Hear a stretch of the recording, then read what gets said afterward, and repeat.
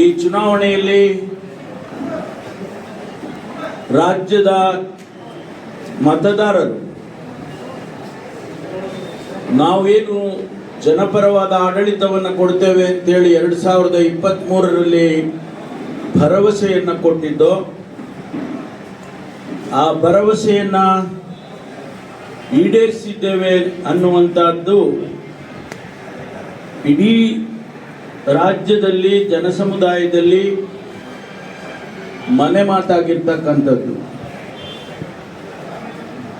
ಹಾಗಾಗಿ ಈ ಚುನಾವಣೆ ರಾಜ್ಯಕ್ಕೆ ಸೀಮಿತವಾಗಿ ನೋಡೋದಾದ್ರೆ ಈ ಮತ್ತು 14 ಎರಡನೆಯ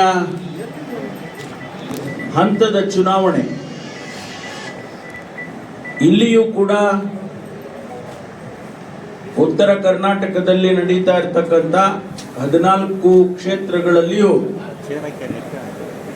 ಒಂದು ನಾವು ಕೊಟ್ಟಂತ ಗ್ಯಾರಂಟಿಗಳು ಭರವಸೆಗಳು ಈಡೇರಿರ್ತಕ್ಕಂಥದ್ದು, ಎರಡನೇದು ಇಡೀ ದೇಶದಲ್ಲಿ ಬದಲಾವಣೆಯ ಗಾಳಿ ಬೀಸುವಂಥದ್ದು. ಹಾಗಾಗಿ ಇವತ್ತು ನಾನು ನಮ್ಮ ವರಿಷ್ಠರು ದಾವಣಗೆರೆಗೆ ಹೋಗಬೇಕು, ನಿಮ್ಮ ಭಾಗದ ಚುನಾವಣೆ ಮುಗಿದಿದೆ, ಹಾಗಾಗಿ ಹೋಗಬೇಕು ಅಂಥೇಳಿ ನನ್ನನ್ನು ಕಳಿಸಿದ್ದಾರೆ. ಅದಕ್ಕಾಗಿ ಬಂದಿದ್ದೇನೆ. ಇವತ್ತು ಈ ಗೋಷ್ಠಿಯಲ್ಲಿ ನನ್ನ ಆತ್ಮೀಯ ಸಹೋದರ ಅಂತೇಳೇ ಹೇಳಬೇಕು. ನನಗೆ ನಮ್ಮ ತಂದೆಯವರಿಗೆ ಮತ್ತು ಹಿರಿಯರಾದ ಶಂಕರಣ್ಣವರಿಗೆ ಅವಿನಾಭಾವದ ಸಂಬಂಧ. ಹಾಗಾಗಿ ನಾನು ಒಂದು ರೀತಿಯಲ್ಲಿ ಈ ಕುಟುಂಬದ ಸದಸ್ಯ ಅಂತಲೇ ಹೇಳ್ಕೊಳ್ತೀನಿ. ಮಲ್ಲಿಕಾರ್ಜುನ್ ಒಪ್ತಾರೆ ಅಂದ್ಕೊಂಡಿದ್ದೀನಿ.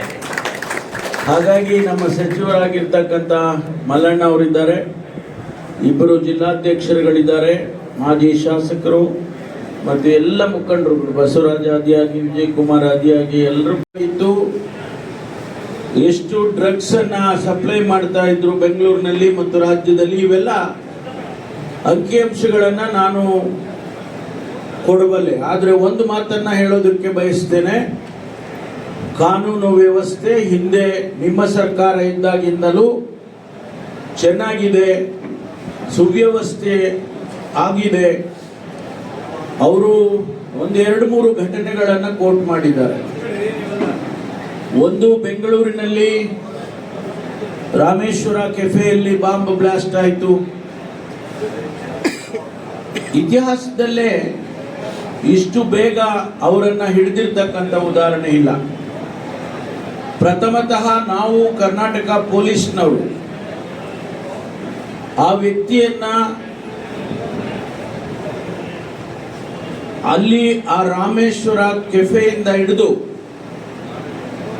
ಅವರು ರಾಜ್ಯವನ್ನ ಬಿಟ್ಟು ಹೋಗುವವರೆಗೂ ಕೂಡ ನಾವು ಅವರನ್ನ ಮಾನಿಟರ್ ಮಾಡಿದ್ದೇವೆ. ಚೆನ್ನೈನಲ್ಲಿ ಅವರ ಕೊಂಡುಕೊಂಡಂತ ಒಂದು ಕ್ಯಾಪ್, ಟೋಪಿ, ಆ ಟೋಪಿಯಿಂದ ಆ ಟೋಪಿಯನ್ನ ಹಿಡಿದು ಅದರ ಜಾಡನ್ನ ಹಿಡ್ಕೊಂಡು ಹೋಗಿ ಆನಂತರ NIA ನವರಿಗೆ ಕೊಟ್ಟ ಮೇಲೆ NIA ಅವರು ಮುಂದುವರೆದಿದ್ದಾರೆ. NIA ಅವರು ಮತ್ತು ಕರ್ನಾಟಕ ಪೊಲೀಸು ಇಬ್ಬರು ಸೇರಿ ಜಂಟಿ ಆಪರೇಷನ್ ಮಾಡಿ ಅವರನ್ನು ಹಿಡಿದಿದ್ದಾರೆ. ಹಾಗಾಗಿ ನಾವು ಅದರಲ್ಲಿ ನಿರ್ಲಕ್ಷ್ಯ ಮಾಡಿದ್ದೇವೆ ಅಂತಕ್ಕಂಥ ಮಾತನ್ನ ಏನು ಹೇಳಿದ್ದಾರೆ ಅದು ಸತ್ಯಕ್ಕೆ ದೂರವಾಗಿರ್ತಕ್ಕಂಥದ್ದು.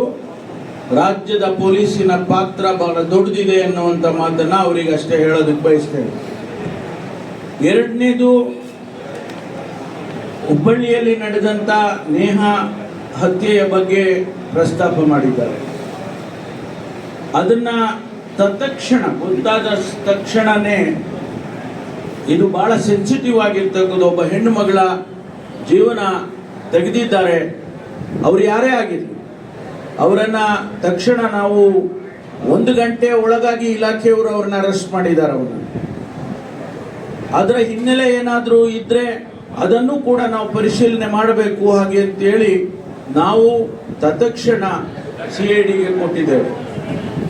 ಇನ್ವೆಸ್ಟಿಗೇಷನ್ ನಡೀತಾ ಇದೆ. ಅದರಿಂದ ನಾನು ಹೆಚ್ಚು ಅದರ ಬಗ್ಗೆ ಪ್ರಸ್ತಾಪ ಮಾಡಕ್ಕೆ ಹೋಗೋದಿಲ್ಲ. ಯಾವುದೇ ಕಾನೂನಿಗೆ ವಿರುದ್ಧವಾದಂಥ ಕಾನೂನು ಬಾಹಿರವಾದಂಥ ಕೆಲಸಗಳು ನಡೆದರೆ ನಾವು ಯಾವತ್ತೂ ಕೂಡ ಒಂದು ಕ್ಷಣ ನಿಲ್ಲದೆ ಅದಕ್ಕೆ ಸೂಕ್ತವಾದಂಥ ಕ್ರಮವನ್ನು ತೆಗೆದುಕೊಂಡಿದ್ದೇವೆ. ಬೆಂಗಳೂರಿನಲ್ಲಿ ಸಾವಿರಾರು ಕೋಟಿ ರೂಪಾಯಿ ಡ್ರಗ್ಸನ್ನು ಹಿಡಿದಿದ್ದೇವೆ, ಸುಟ್ಟು ಹಾಕಿದ್ದೇವೆ. ನಾನೇ ನಿಂತ್ಕೊಂಡು ಅದನ್ನು ಸುಡಿಸಿದ್ದೇನೆ. ಸಾವಿರಾರು ಕೋಟಿ ರೂಪಾಯಿ ಬೆಲೆ ಬಾಳತಕ್ಕಂಥ ಡ್ರಗ್ಸನ್ನು ಹಿಡಿದಾಕಿದ್ದೇವೆ. ಯುವಕರಿಗೆ ನಾವು ಒಳ್ಳೆಯ ಜೀವನವನ್ನು ಕೊಡಬೇಕು ಅನ್ನುವ ಉದ್ದೇಶ ಇಟ್ಕೊಂಡು ಇಡೀ ರಾಜ್ಯದಲ್ಲಿ ಡ್ರಗ್ಸ್ ಫ್ರೀ ಸೊಸೈಟಿ ಮಾಡಬೇಕು ಅಂತ ಘೋಷಣೆ ಮಾಡಿದ್ದೇವೆ. ವಿ ಹ್ಯಾವ್ ಡಿಕ್ಲೇರ್ಡ್ ಎಂಟೈರ್ ಸ್ಟೇಟ್ನಲ್ಲಿ ಡ್ರಗ್ಸ್ ಫ್ರೀ ಸೊಸೈಟಿ ಮಾಡಬೇಕು ಅಂತೇಳಿ ಡಿಕ್ಲೇರ್ ಮಾಡಿದ್ದೇವೆ. ಹಾಗಾಗಿ ಕಾನೂನು ವ್ಯವಸ್ಥೆ ಹಾಳಾಗೋಗಿದೆ ಅಂತಕ್ಕಂಥ ಮಾತನ್ನ ಏನು ಇಬ್ಬರು ನಾಯಕರು ಹೇಳಿದ್ದಾರೆ ಅದು ಸತ್ಯಕ್ಕೆ ದೂರವಾಗಿರತಕ್ಕಂಥದ್ದು. ಅವರು ಮಾಹಿತಿಗಳನ್ನು ತರಿಸ್ಕೊಂಡು ಮುಂದೆ ಮಾತನಾಡಿದರೆ ಒಳ್ಳೆಯದು ಅಂತಕ್ಕಂಥ ಕಿವಿ ಮಾತನ್ನು ಹೇಳೋದಕ್ಕೆ ಬಯಸ್ತೇನೆ.